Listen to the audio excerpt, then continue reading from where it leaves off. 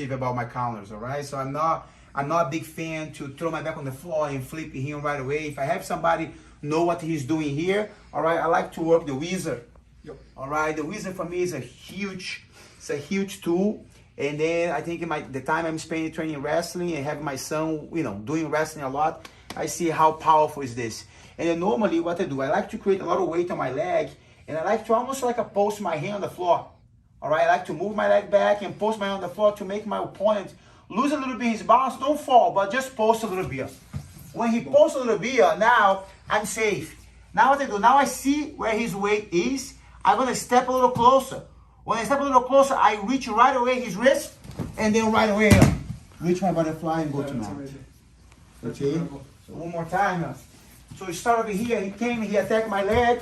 All right, right away, I wanna try to make my leg heavy, force him to be against his head and make the wizard. All right, so now be watching here, making sure that the hand doesn't go anywhere, and then start working the wizard here. He posts. When he posts, remember guys, as soon as I step, I don't stay for 2 seconds. I step, fall on my side, and hold his wrist. So 1, 2, 3, pull, right away.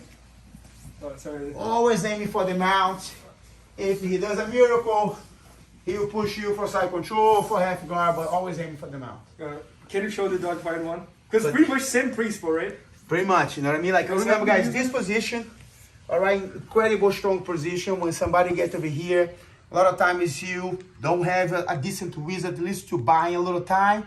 He's gonna start putting pressure here until he knock you down. When I realize I have somebody good doing this technique, a lot of times I'm gonna be holding his collar, always attentive to don't let him roll me or anything like that. And then now, by the time he's holding my hips so tight over here and try to force, I'm gonna try to do it. I'm gonna try to make a little pressure to make my partner post his arm.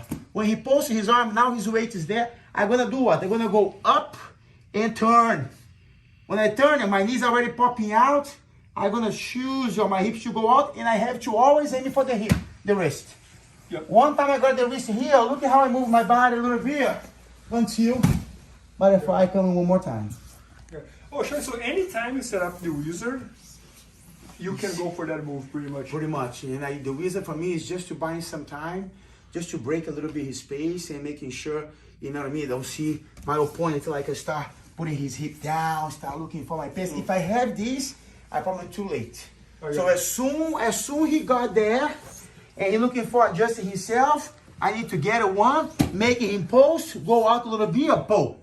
Now when I turn, I try to put my hip as close as possible to him, aiming for the wrist. It's very tough, Bernardo, sometimes. Yeah. Pull that arm close to you. Yeah. All right, so that's the reason before I really try to sweep, push yourself a little closer to his wrist. Yeah. And now we're gonna have a better chance to do a butterfly sweeping. Oh, and it's cool as well that I noticed that you don't grab the material, you grab the wrist. The wrist. So you might be able to do that no-gi as well. I always keep telling to everybody,